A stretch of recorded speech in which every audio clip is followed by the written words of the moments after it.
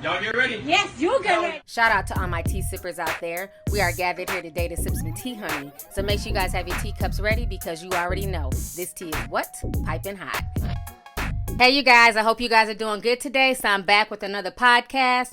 So first and foremost, we got to talk about this whole Amber Geiger, Bothem Jean situation. This is insane. If you follow me on Instagram, then you guys know today I had to go on a quick little rant, honey. So I'm sure all the kumbaya police.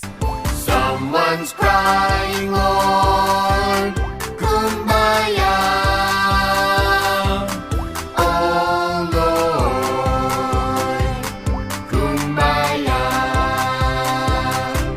Will be gathered in my comment section, kumbayaing, calling me mean, calling me racist, and whatever, names y'all decide to come up with, honey. I'm here for it all. Me and my tea sippers will be in the comment section on these damn YouTube streets windmilling, okay? So we ready, okay? So the reason why I'm worked up right now, the reason why I feel some type of damn way, okay? Let me go ahead and break this down to y'all. So as we all know, the Bothem Jean murder trial has been going on for like the past, week or so. It's been all over the news. I've been posting here and there about it, and I've been keeping very close tabs on the situation, even though I haven't made no videos up until now. So 2 days ago, we had posted as soon as the verdict came in that Amber Geiger was found guilty. We were all happy. But then we were all trying to see, okay, fine, she's been found guilty. Is she going to serve life in prison, 20 years, 5 years? What's going to happen? Then yesterday, as soon as the verdict was announced, we posted that Amber Geiger was sentenced to 10 years in prison, okay? So that's what went viral. A lot of people were happy. Some people said it was not enough time because had this been a regular smuggler person who did that, they would have been, sentenced to like at least 15 to 30 years, right? So I thought that was the extent of the case. All right, she's going to prison for the next 10 years. She'll probably, try and appeal it, and she'll probably do 5 at the most. But then more video came out of the court trial, and we see Bothem Jean's brother sitting up here crying and carrying on about how he forgives Amber, and then he had the nerve to ask the judge to go hug her.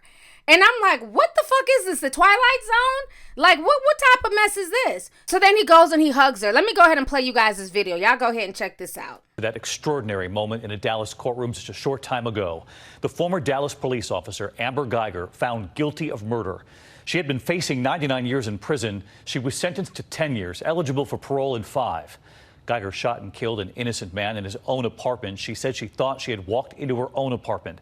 The victim's brother, before the sentencing, testifying about the loss of his brother and then asking the judge if he could do something. He asked to give that police officer a hug. The two then, in an emotional embrace in front of that courtroom, this is what they all saw. For the family of the victim, a moment showing the power of faith, of forgiveness. The jury then delivering her sentence. ABC's Marcus Moore in Dallas. The jury that convicted Amber Geiger of murder for killing her neighbor tonight handing down their sentence. 10 years imprisonment in the Texas Department of Criminal Justice. The 10 years, far less than the possible life behind bars the former Dallas police officer faced. Relatives of Bothem Jean's family in tears. I forgive you. His brother asking the judge to hug Geiger. Can I give her a hug, please? Please? And he did. Even the judge in tears. The two consoling each other. 2 hours to reach their decision. This after Geiger's mother took the stand during today's sentencing hearing, asking for leniency. She could have taken his place. But the former Dallas police officer faced new scrutiny after prosecutors entered into evidence, text, and social media posts some have described as racially insensitive, including one with a dog-owning friend.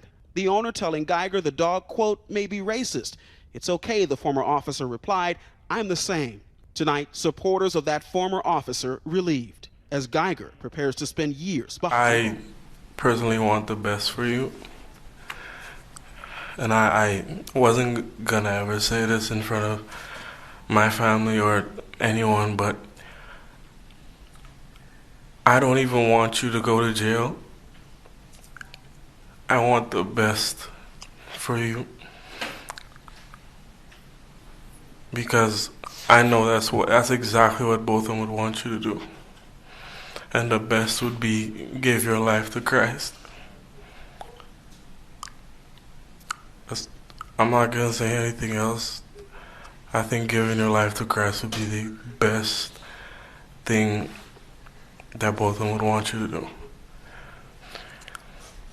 Again, I love you as a person, and I don't wish anything bad on you. Please. Yes.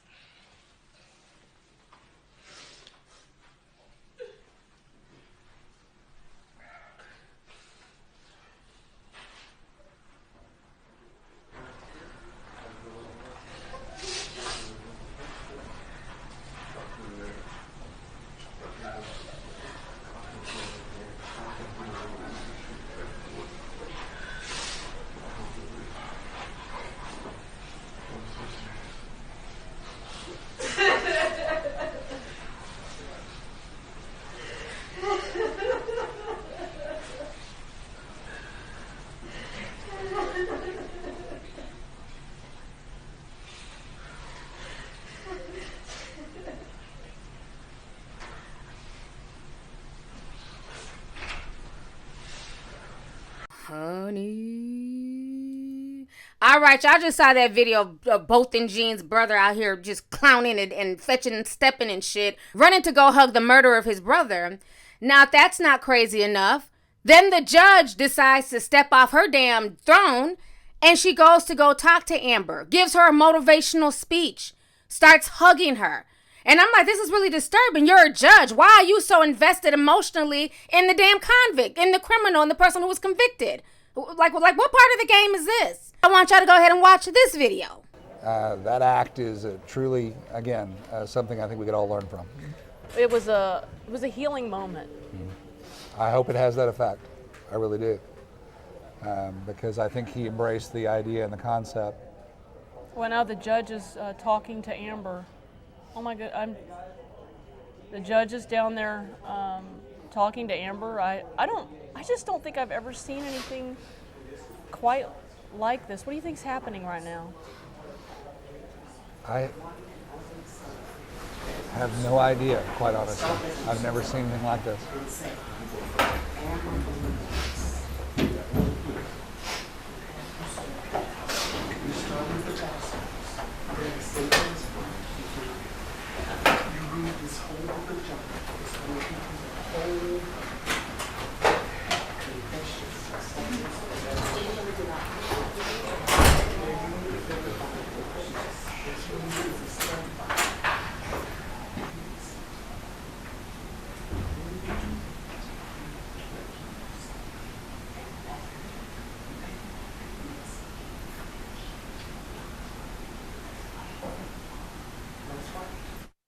It sounded like maybe she was reading a Bible scripture or witnessing somehow. I mean, it's just oh my God, now the judge is hugging Amber Geiger.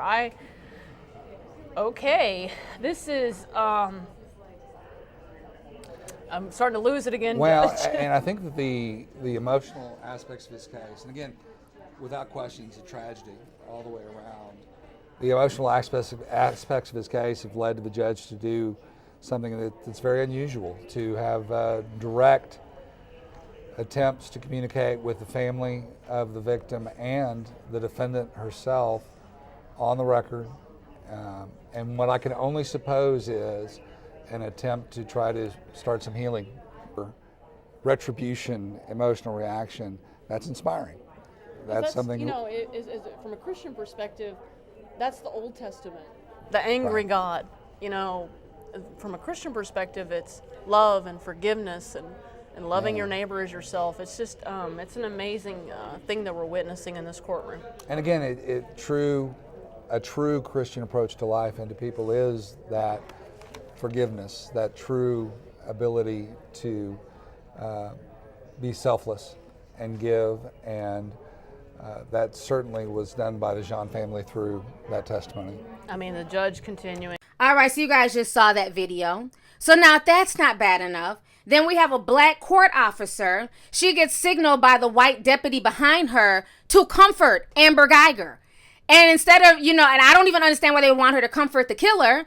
But if I'm going to comfort somebody and I'm not really genuinely sincere about it, I might just pat them on their back like, it'll be okay, girl. It'll be okay. Go ahead, do your little 10 years. This bitch starts stroking her hair like she's a damn cat. Starts filling in her hair, brushing through her hair. I'm like, what the hell is going on here? Am I living in the Twilight Zone? Y'all go ahead and check this shit out. The deputies, so I suspect that maybe they will be leaving the courthouse under police escort. And Rebecca, I'm sorry to circle back with you. You were saying that there was sort of a flurry of activity and all of a sudden there were sheriff's deputies around. So obviously that alerted you all to, hey, something's going on.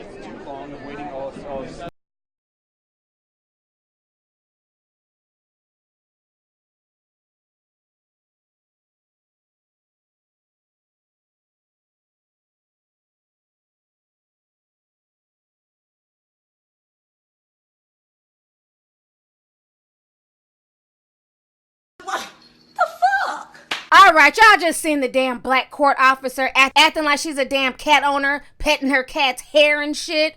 I'm like, what in the world is going on here? So now that's not bad enough.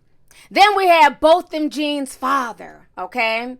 And he decides to do an interview with CNN, and he's basically saying that he forgives Amber. He doesn't really agree. He thinks that her sentence was kind of light, but he forgives her. So CNN basically asks him what allowed him and his son to be so forgiven.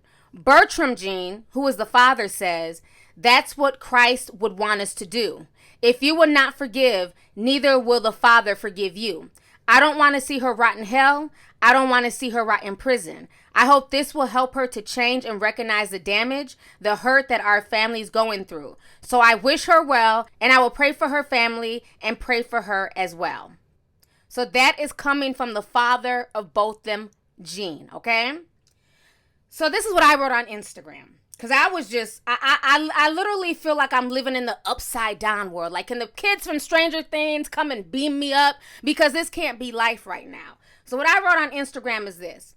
I said, okay, this Bothem Jean situation is weird and sickening. I have never witnessed in Superior Court a black man or woman get such royal treatment like Amber did during this trial. The black court officer hand brushing Amber's hair. Bothem's daddy telling the press that he would like to become her friend at some point. Bothem's brother not wanting her to serve any jail time for his brother's murder and then to cry and hug his brother's murderer. The majority black jury giving 10 years, which is 89 years lower than the maximum and 12 years lower than the average minimum. The black judge giving Amber a hug along with a motivational speech. The fuck did I just witness? Was this a movie trailer for Get Out Part 2 or nah? Shaking my damn head at all this dysfunctional fuckery. So that is what I posted this morning. And I'm just really frustrated. And I understand, you guys, y'all know I have a big heart, okay? I understand forgiveness. I understand, being able to, let go and let God. But not when it comes to murder. I'm sorry. And not when it comes to a murder like this. This is one thing that this was like, let's say, an accident on the road, like a car accident, because people get into car accidents. Maybe the person was distracted or they took their eyes off the road and they crash into somebody and they kill them. I could see that possible kind of forgiveness. But this woman literally walked into an apartment that was clearly not hers, because her apartment and Bothem Jean's apartment looked like two different layouts. His apartment looked like a damn bachelor pad. Her apartment looked like any typical female's apartment. Like, I don't care how much a house or an apartment looks alike. As soon as you walk in, you know when you're in your home, because your home is your sanctuary. You feel it in your spirit, okay? So even if you walk into the wrong apartment, it's going to smell different. And he's from the island, so he probably was cooking all types of jerk chicken and shit. It's going to smell different. It's going to feel different. You're going to know instantly you're not in your home. But my thing is this: how do you walk into somebody's home, you claim that it's your own, and your first response is to pull out a gun and shoot? Not, oh my God, you're in my home, let me run out. You know what I'm saying? Because you could be trying to kill me, so let me hurry up and run out the damn door. No, she goes towards danger because, she's a cop. I mean, the whole situation is so baffling to me. And then the fact that text messages came out showing that she has a really racist streak about her.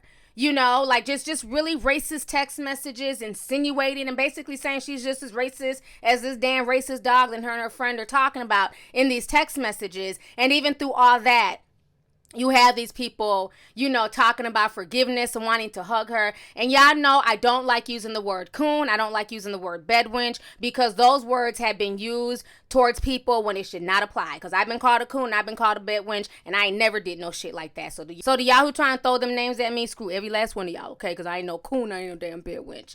But this entire situation, as much as I hate the word, I don't even know what to call this. At this point, I feel like this whole courtroom, this whole situation, besides the mama, what was just a lot of people cooning and clowning. Like, what kind of dysfunctional fuckery is this? You guys are literally sitting here sympathizing with the killer who killed your family member in cold blood. He wasn't doing anything. I could see if he was at least on the streets running wild, he was drunk, he was acting belligerent. In certain situations, I'm like, okay, well, I can kind of see why the cop shot his ass. He was doing a bit too much. This dude was literally sitting in his apartment minding his own business. And she walked in on him. And she took him out. This man had his whole life ahead of him. His friends was up there testifying and breaking down. He was a good, genuine dude. And for the brother to be crying, at some point in time, I'm like, damn, slavery really did a number on a lot of damn people. And, when I say, I understand his family's from the islands, okay? Slavery took place everywhere, not just here in America, okay? But it really did a psychological effect on a lot of people, because for you to look at the woman, and this is race aside, for you to look at somebody who took your brother's life, when you are siblings, you are connected by blood. There's no way in hell if something was to happen to one of my peoples, I'm going to be up here trying to kumbaya and swing low, sweet chariot the damn killer. I'm not doing it. You know what I'm saying? I might forgive her further on down the line, but like during the court case, while they just gave her sentence, y'all already talking about forgiveness?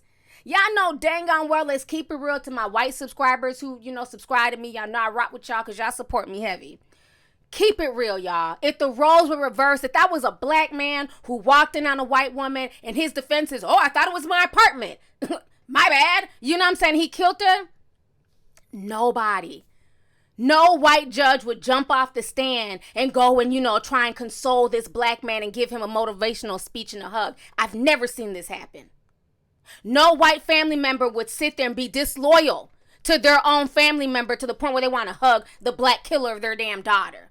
If the roles were reversed, none of this would go down. And I really feel like, they're trying to, plant seeds in society where right is wrong is right. Whenever it comes to black people, when it comes to our tragedies, we need to focus on forgiveness. But when it comes to other races and they go through tragedy, it's okay for them to be angry. It's okay for them to be mad. It's okay for them to pound the pavement, to march and everything else. It's okay for them. But when it comes to us, we're supposed to be docile. We're supposed to be forgiving. I've never seen anyone in a murder trial be handled with kitten gloves the way I've seen this go down with this woman. And to me, this is sickening. I'm not feeling it. Y'all can get mad. You can say, T, you're mean. You need to learn forgiveness. You need to go pray. I pray, and I'm a very forgiving person. But when it comes to certain things, I'm not going to forgive that. And I ride with my family hard. Point blank, period. So there's no way in hell I'm gonna get up on somebody's damn witness stand and beg a judge to have me go hug somebody who cut my brother's life short when my brother was an outstanding black man handling his business as a black man. This dude is a disgrace. Point blank, period. He's a disgrace. And my biggest issue with this judge is, as a judge, you're supposed to be impartial. You're supposed to be able to hold your composure and do your job. If you're not jumping off your stand, hugging every black man that you sentenced, because I'm sure you sentenced plenty, you had no business jumping off the stand and going to go give this broad a motivational speech and a fucking hug. Let me keep that all the way 100. I'm very, very disappointed in this case and how all these black people handled themselves. Then you got the black police officer combing her hair and doing all this goofy shit. And you can tell the white officer signaled her, to comfort her. Like what is this? What is this? This makes no sense. Is it because she was a cop? At the end of the day, it is her job to uphold the law. She broke the law. She don't get no sympathy and hugs from me. Point blank, period. And if that makes me the angry, bitter black coon, whatever the hell y'all want to call me in these YouTube streets, bitch, I'll be everything but a child of God, honey. But I'ma always keep it real over here. So let's go, tea sippers. Let's go ahead and get the discussion popping. Y'all leave y'all's comments, and like I said, y'all better be in these comment sections windmilling against the kumbaya troops, because they about to come in here deep as hell talking about forgiveness and how mean I am and all that other stuff. But it is what it is. I said what I said, and I don't take nothing back. All these people are a damn disappointment. So let's go ahead and get the discussion popping. Go ahead and leave a comment. Let me know your thoughts on this entire disturbing disturbing situation concerning the death of Mr. Bothem Jean, the conviction of Amber Geiger, and then all these damn people, you know, soft shoeing, fetching and stepping, making sure Amber's okay, and poor Mr. Bothem Jean, he's dead. And for what reason? Nothing at all. And the family, the judge, and everybody else is talking about forgiveness. So you know the way this is playing out in the media, because this is front page news now. Everybody's talking about this. All the mainstream outlets are running with this. So you already know this woman will be out in 5 years. Because the family's showing so much forgiveness and empathy, the parole board will have no problem letting her go in 5 years. Mark my damn words. Let's go ahead and get the discussion popping. Deuces.